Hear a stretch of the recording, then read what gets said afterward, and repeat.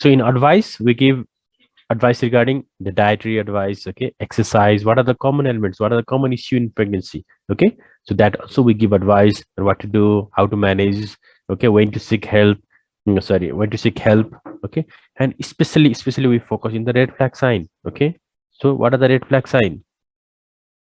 So bleeding PV, decreased fetal movement or absent fetal movement, swelling of the legs, face, okay, headache, blurry vision, intermittent or continuous abdominal pain. Okay, sometimes this is a type of contraction. If there is a continuous abdominal pain, it can be sign of abruptsia. Okay, and leaking of fluid per vaginum or PV bleeding. Okay, a fever, rigor, excessive vomiting, diarrhea. All these are the red flag sign. Okay, so this thing like we discussed. So look, okay, even in the information leaflet, not only verbally. Okay, we also give information in a written form as well. Okay, so that make sure that patient knows when to visit. Okay, so when to visit, that's why we focus not only verbally, we do counsel verbally, but also we give provide in the written form. Okay, that's why, so you can check in our new ANC card. Okay, it's a green. So when you are posted in the antenatal, sorry, in obstetric ward, then in obstetric OBT, you can check this card. Okay, and we have written in the in Nepali. Okay, in the patient friendly language. Okay, so and verbally as well as in written form we give information. Okay, so that's why, so in advice you give general advice as well as about danger sign. Okay, what are the general advice? Yes, folic acid should be taken in the first trimester, ideally before conception, okay, till 12 weeks. What is the aim of folic acid? Yes, to prevent neurative defect like anencephaly, spina bifida. Okay, and after 14 weeks iron supplementation, because Nepal, okay, it is a highly endemic zone for anemia in pregnancy. So more than 40%, okay, out of 100, as high as 40 cases, 40 pregnant women, okay, they are anemic, okay, in Nepal, overall Nepal. Okay, when we talk about overall Nepal, so that's why WHO has recommended when there is high prevalence of anemia, we have to supplement iron. Okay, so we supplement iron, okay, and calcium. It has protective role in case of hyperinsulinemic disorder of pregnancy. Okay, and it's also essential in pregnancy as well. Vitamin A, remember, it is tried that we have to avoid this. Okay, but we have to we can do with vitamin D. Okay, so vitamin D, it is important. We have to prescribe it, or we have to advise to take the patient those who are those foods which are high in vitamin D, but not vitamin A. Okay, remember, we have to avoid vitamin A because it is teratogenic and should be avoided. Okay, that's why we do not counsel the patient to take. Yes, we counsel the patient to take meat, but not the liver, because liver is high in vitamin A. Okay, so you have to counsel the patient accordingly. In diet, extra 300 calorie, okay, during pregnancy, and extra 500 calorie during PPDM following delivery. Okay, so this is important, and around 5 gram per day is the protein is recommended. Plenty of fruits and vegetable, okay, starchy food, high fiber diet, okay, then dairy, a lot of dairy products, milk, yogurt. Okay, so we counsel accordingly. And if there is any suggestion, like if the patient develop diabetes, in that case we may have to refer, usually we refer to the dietitian. And what about the medication? Yes, we have to counsel without the prescription of doctor, okay, or midwife. should, Patients should not take any medication, because the safety profile is very low for very few medication. Okay, because there is no safe medication in pregnancy. That's why, especially in the first trimester, we try to avoid. Okay, but there are certain medication we can prescribe. Okay, so that's why without prescription, patients should not take medications. Regarding exercise, rest, and sleep, at least you should rest for 10 hours. Okay, 8 hours in the night and 2 hours in the daytime.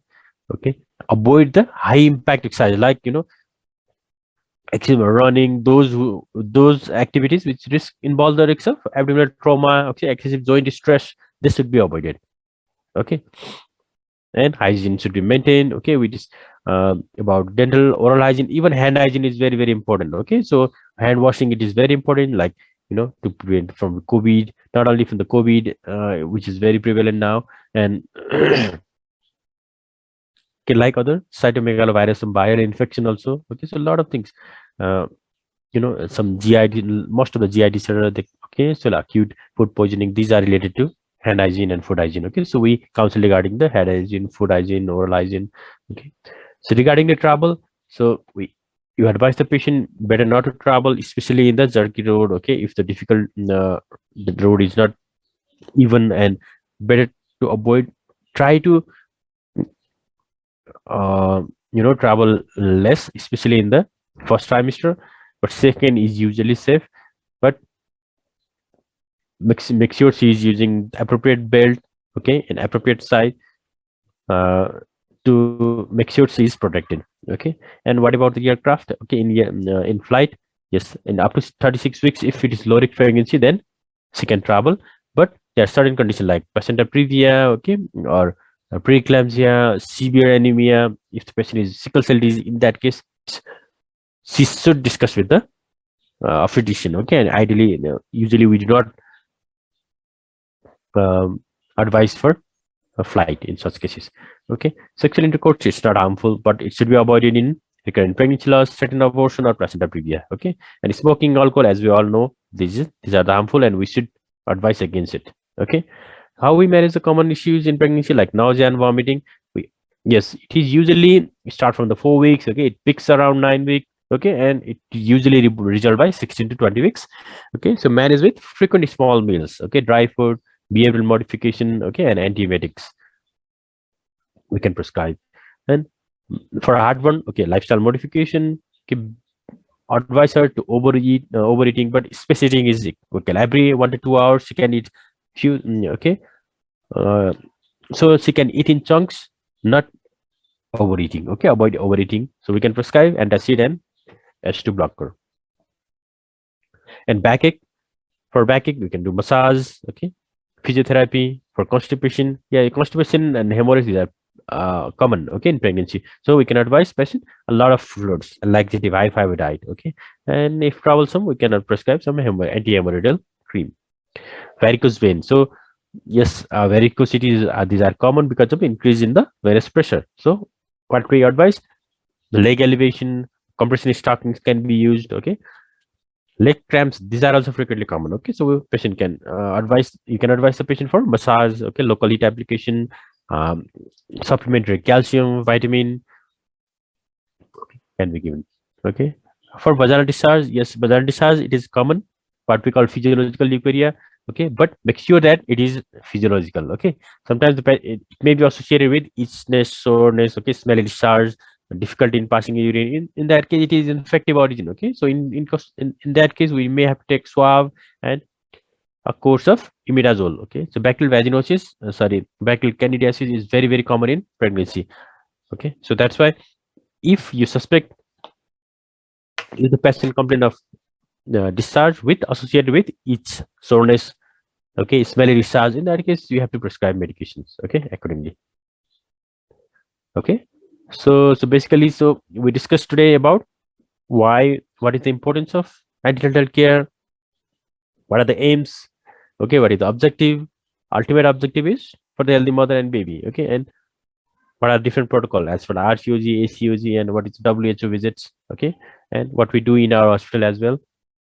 Okay, and each contact, what we discuss, what are the tests we need to send. Okay, what advice we usually give. Okay, and what are the common elements. Okay, what are the common issues during pregnancy and how we address those things. Okay, so basically this is just a revision class. Yes, it's not a revision, sorry, it's just an introductory class, but you will again encounter, okay, especially the high risk cases. Okay, again encounter in subsequent lecture. Okay, so let's summarize. Because antenatal care, it is a systemic supervision. Okay, we take a detailed history, we evaluate, we look for any risk factor in the patient, and we provide the advice. Okay, so that is basically antenatal care, and it is usually, ideally, it started from the prenatal care. Okay, so it includes thorough history taking, thorough examination, and investigation, which includes routine and special investigation.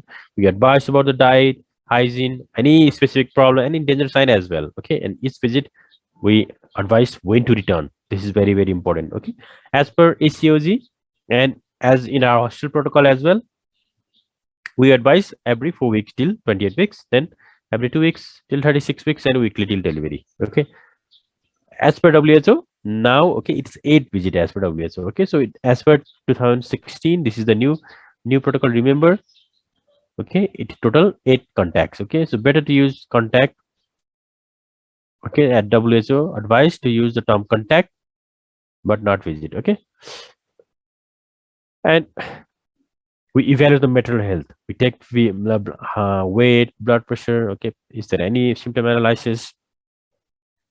We ask any nausea, dysuria, PV bleeding. Okay, any issue, any abnormality. Okay, we look in the patient each and every time, every visit. Okay, we try to screen for any risk factor. Okay, in fetus, we look for the fetal growth by measuring the fundal. Okay, so commonly we do for fundal or ultrasound, and we look for heart rate. Okay, amniotic fluid volume plus presentation and fetal. What is the fetal activity? How the fetal is moving? Okay, and we ask the patient: is the fetal moving is okay? Is it, or is he pursuing decreased fetal movement, or there is absent fetal movement? Okay, so regarding the fetal health, we ask the mother. Okay, and couple education, especially regarding the labor delivery process, regarding the support, psychological support, as well as family planning issue as well. Okay, and preparation for the childbirth. Okay, so couple should be informed. Okay, the partner and the patient should be informed about the labor course, delivery. Okay, so need for operations, anesthesia, and complications. Everything should be informed. So that patient will be ready. Okay, so patient will be well prepared. Okay, so this is all about antenatal care. So if there is any question, please you can unmute yourself and you can ask, or you can just put it in the chat box. Okay, so let's discuss for a few minutes. If there are no issues, no questions, then we can stop here.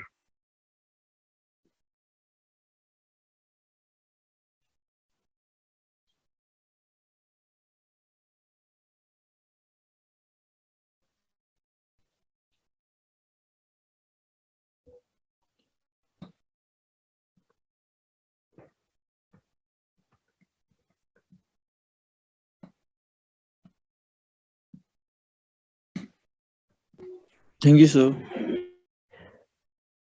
Okay, thank you everyone. Thank you, sir.